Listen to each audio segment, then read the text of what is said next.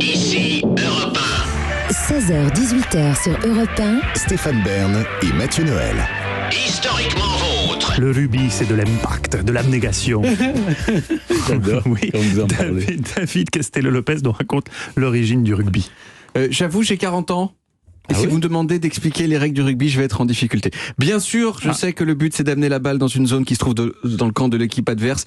Bien sûr, je sais qu'on a le droit de taper la balle au pied pour la faire passer entre deux grands poteaux pour marquer des points aussi. Mais c'est à peu près tout. À quoi ça sert, par exemple, ce truc de la mêlée où on se pousse les uns les autres comme des bœufs et après, à 35 ans, on a des oreilles d'aliens, là? C'est quoi le principe des touches où on se met en rang pour envoyer la balle et il y a le mec qui saute? Bon, je sais bien que ce serait probablement à ma portée de comprendre, puisque par exemple, j'ai compris les règles autrement plus compliquées du baseball. Mais j'ai pas encore pris le temps de comprendre, même pour cette chronique. Pourquoi? Eh bien parce que sinon j'aurais pas pu faire mon introduction sur le fait que j'ai jamais compris les règles du rugby. Le rugby, pour moi, c'est lié à deux souvenirs qui parleront peut-être aux auditeurs qui ont plus de 40 ans. Le premier, j'avais 10 ans, c'est le souvenir de voir Serge Blanco, lors d'un match contre l'Australie, faire un essai de 100 mètres. C'est-à-dire qu'il a couru tout seul d'un bout à l'autre du terrain pour aller marquer sans qu'aucun défenseur ne réussisse à l'arrêter. Et il n'y avait pas besoin de s'y connaître beaucoup pour voir que c'était beau. Et le second, c'est 1999, quand la France est arrivée en finale de la Coupe du Monde. Et avec mes amis déjà adultes, on avait joué au rugby dans le salon, ce qui avait amené à des entorses et à 2 vases cassés. C'est quand même des bons souvenirs, et donc ça donne envie d'utiliser cette tribune sur l'origine des choses, unique dans les médias français, pour parler du rugby. Le mot rugby, c'est pas parce que c'est juste le thème qui est unique, c'est pas la personne qui fait la chronique. Le mot rugby, ça vient de la ville qui porte le même nom en Angleterre, la ville de Rugby donc, où le jeu a fort probablement été inventé. Le nom de la ville lui-même, rugby, il vient probablement du vieil anglais Rocabur, qui veut tout simplement dire le camp fortifié de Monsieur Rocca. Parce qu'il y a sans doute plus de 1000 ans, il y avait probablement un camp fortifié dirigé par un monsieur qui s'appelait Rocca à cet endroit-là. Et petit à petit, le nom de la ville est passé de Rocabur à Rugby. Et à Rugby, il y a une des plus vieilles et des plus chics écoles d'Angleterre, dans laquelle ont étudié pas mal de gens connus, comme Neville Chamberlain, par exemple, le Premier ministre anglais qui a cru que Hitler était gentil, mais qui s'est trompé, comme Lewis Carroll, l'auteur d'Alice au Pays des Merveilles, comme Salman Rushdie aussi, et aussi comme un monsieur moins connu que tous ceux que je viens de citer, qui s'appelait William Webb Ellis.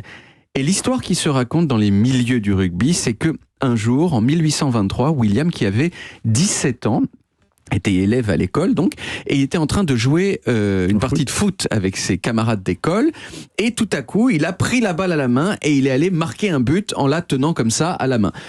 Cette histoire, il faut l'avouer, elle est assez incertaine, pas vérifiée. Elle a même été, disons, racontée pour la première fois bien plus tard, donc ça sent un peu le mythe, un peu trop parfait.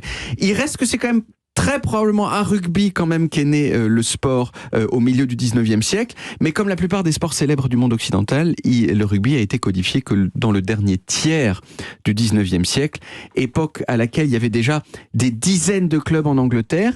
Et puis, il y a eu le grand schisme de 1895. Et oui, c'est mystérieux quand même, le grand schisme de 1895. Eh bien, je vais l'expliquer. Beaucoup de clubs du nord de l'Angleterre, à ce moment-là, ils avaient tendance à payer leurs joueurs pour compenser l'argent que ces joueurs perdaient en jouant au rugby plutôt qu'à travailler à l'usine. Les clubs du sud de l'Angleterre, en revanche, ils étaient complètement contre le fait de payer les joueurs parce que c'était vulgaire et nul. Et c'est assez facile de comprendre pourquoi, parce qu'au nord, c'est plutôt des clubs avec des gens qui n'avaient pas beaucoup d'argent, et au sud, c'était plutôt des clubs avec des gens riches et huppés. Évidemment, c'est plus facile d'être contre le fait d'être payé quand on a déjà plein d'argent. Et donc, en 1895, il y a eu un schisme définitif entre ces deux groupes de clubs. Au nord, la Rugby League, au sud, la Rugby Union. Et les conséquences de ce schisme, elles sont encore là aujourd'hui, puisque les règles de ces deux ligues ont évolué différemment. Le rugby union, c'est aujourd'hui le rugby à 15, qui est le plus pratiqué. Le rugby league, c'est le rugby à 13, qui est toujours très populaire dans le nord de l'Angleterre et dans certains pays comme la Nouvelle-Zélande, mais qui dans l'ensemble a un peu perdu la bataille de notoriété avec le rugby des riches. Voilà, donc je connais peut-être pas très bien les règles du rugby, mais je connais son histoire. Ah oui, vous connaissez vachement bien son histoire, David. Bravo. Merci, David. On retrouve les origines en podcast sur toutes les applis audio et en vidéo sur YouTube, Dailymotion et sur le site europe1.fr. Historiquement vôtre.